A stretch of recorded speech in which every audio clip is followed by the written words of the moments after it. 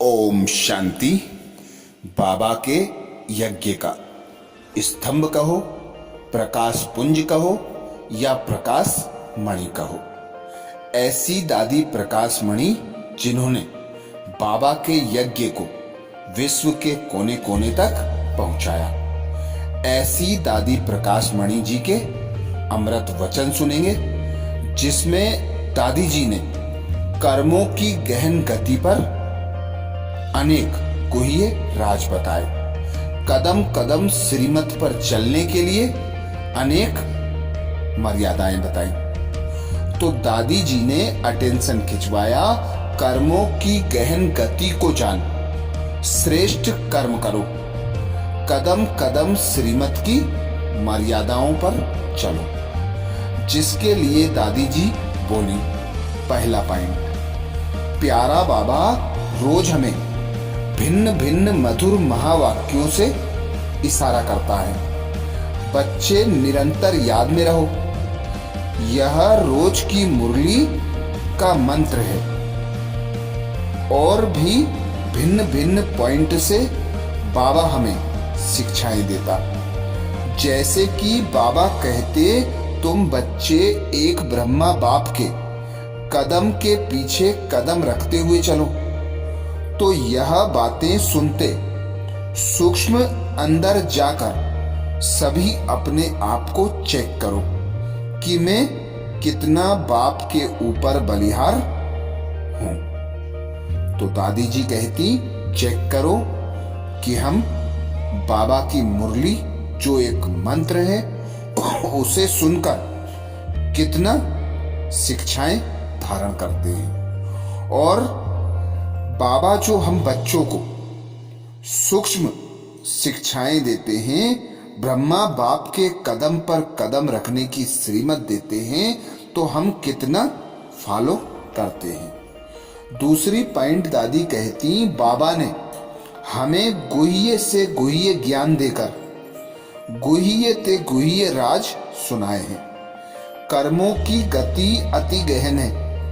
हमारे कर्मों को देख दूसरे भी हमारे कर्मों से प्रभावित होते हैं, क्योंकि बाबा ने हमें कहानी नहीं सिखलाई, करनी सिखलाई है। तो अमृत बेले से लेकर रात तक यह अटेंशन रहता है कि हमारा कर्म कितना श्रेष्ठ है। दादी जी कहती, तो अमृत बेले से लेकर रात तक यह अटेंशन रहता है कि हमारा कर्म कितना श्रेष्ठ है। तीसरा पॉइंट दादी कहती, एक कर्म है जो हम प्यारे बाबा की याद से विकर्म विनाश करते हैं अथवा अकर्मी बनते हैं। दूसरा कर्म है जिससे कर्म की लेन देन हो सकती है। एक कर्म अकर्म बनता, दूसरा कर्म से कर्म बनता, तीसरा कर्म से विकर्म बनता। चौथी पॉइंट दादी कहती, हम सभी दुनिया के लिए लाइट हाउस हैं अथवा सर्च लाइट देने के निमित्त हैं। सर्च लाइट के बीच अगर कोई डिफेक्ट हो जाए तो सामने आने वाला जो शिप है उसे सही रास्ता नहीं मिलेगा। हमारी मनसा के सूक्ष्म संकल्प ऐसे हों जो चारों तरफ हमारे वाइब्रेशन फैलें और दूसरों को प्रेरणा मिले, आकर्षण हो, साक्षात्कार हो। हम सभी ऐसे एग्जाम्पल रहें, खुद को ऐसा समझें कि मैं जो कर्म करूंगा मुझे देख हर एक करेगा। तो इसके लिए हर एक जवाबदार है। जैसा मैं कर्म करूंगा मुझे देख सब करेंगे। यह सूक्ष्म की जवाबदारी हम सबके ऊपर है। हम जिस तरह भी अपनी स्थितियां रखेंगे, ऐसी स्थिति का वाइब्रेशन फैलेगा। पांचवी पॉइंट में दादी कहती, हम सबके हर संकल्प, हर कर्म में हर वक्त बेहद ईश्वरीय परिवार की जिम्मेदारी है। सूक्ष्म वाइब्रेशन से शक्तियां देने की, तो हमारे कर्मों की गति बड़ी गहन है। प्यारे बाबा ने जो हमें श्रीमत दी है, उसी श्रीमत पर हमें कदम बाय कदम चलना है। श्रीमत में बाबा ने कहा है कि तुम्हें श्रीमत है मर्यादा पुरुषोत्तम रहो। जितना हम मर्यादा पुरुषोत्तम बनेंगे, उतना हमें देख दूसरे भी मर्यादा में रहेंगे। इसलिए जैसे हमें मर्यादा में श्रीमत मिलती है कि अमृत वेले उठकर बाबा की याद में रहना है, यह हम हर एक की जिम्मेवारी है। हमारी मर्यादा में ज्ञान सागर बाबा जो ज्ञान रत्नों की मुरली नित्य सुनाता है, उसे सुनना, मनन करना, यह हमारी मूल जिम्मेवारी है। अगर इस श्रीमत का पालन किसी भी कारण से नहीं करते, तो यह भी अलबेलापन है। इसमें सूक्ष्म अपनी सुस्ती है। हम ऐसा मानती कि बाबा की श्रीमत पर चलने वाले के ऊपर आशीर्वाद है, दुआएं हैं, वरदान है। परंतु अगर हम कदम कदम श्रीमत पर नहीं चलते, तो भगवान की दुआएं और वरदानों से मिस होते। दूसरा, श्रीमत की अवज्ञा बहुत बड़ा सूक्ष्म पाप का भागी बनाती है। यह भी बोझ हो जाता है, जो बोझ अवस्थाओं को ऊंचा चढ़ने में विघ्न बनता है। छठा पॉइंट दादी कहती, बाबा की श्रीमत है, बच्चे मन वचन कर्म से सेवा करो।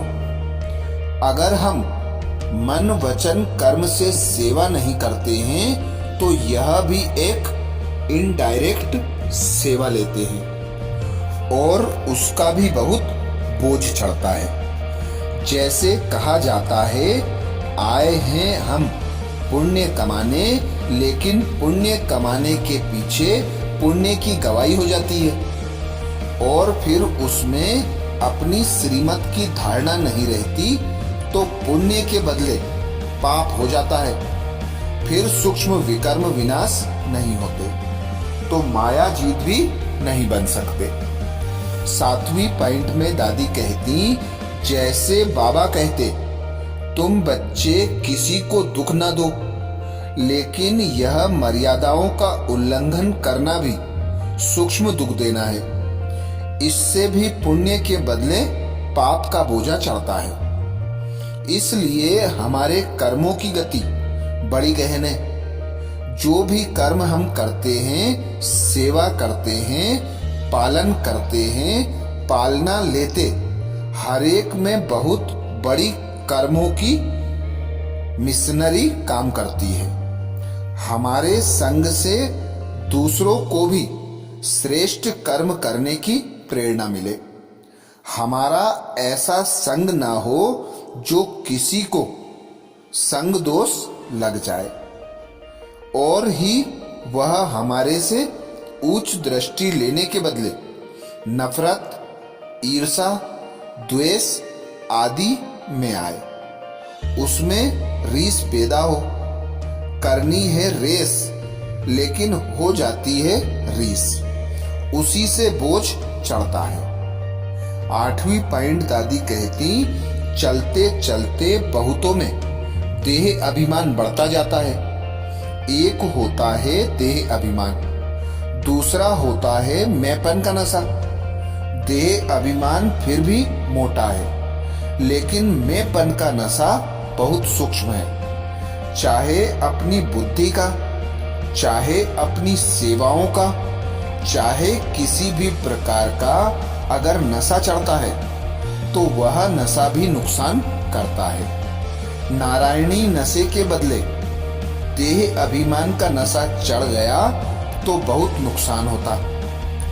कोई को भाषण का भी नशा चढ़ जाता, तो वह भी नशा नहीं चढ़ना चाहिए, उससे भी बड़ा नुकसान होता। नवी पॉइंट में दादी कहती, नशे की निशानी है, पहला सूक्ष्म समझते हैं वाह रे मैं, दूसरा स्वयं को ही राइट समझते, दूसरों को नीचा समझते। यह कभी नम्रचित नहीं रह सकते। जो नम्रचित नहीं बनेगा वह निर्माण का काम भी नहीं कर सकेगा। इसलिए हम सभी निमित्त हैं। इस शब्द को कभी भूलो नहीं। हम निमित्त वालों को सदैव कदम कदम पर सावधानी चाहिए। उठो, चलो, बैठो, खाओ, पियो, पहनो, सब कर्मों की गति अपनी है। इसलिए हर कदम में बहुत बहुत ध्यान जरूरी है। 10वीं पॉइंट में दादी कहती, बाबा के हम सभी बच्चे दर्शनीय मूर्त हैं। इस चेहरे से, सूरत से बाबा की सीरत दिखाने के निमित्त हैं। तो हम दर्शनीय मूर्त की धारणा कितनी श्रेष्ठ होनी चाहिए, कितनी महान होनी चाहिए, यह हर एक खुद देख सोच सकते हो। इसलिए जो भी कोई सूक्ष्म वृत्ति है उसको परिवर्तन करो, अंतर्मुखी बनो, ब्राह्ममुक्ता की वृत्तियों का परिवर्तन करो। ब्राह्ममुक्ता की वृत्तियों को हमें कछुए की तरह समेटकर अंतर्मुखी बनना है। तो ये थे दादी प्रकाश मणि जी के अनमोल महावाक्य। ऐसे ही और महावाक्यों के लिए बाबा के चैनल को सब्सक्राइब करें। अच्छा, ओम शांति।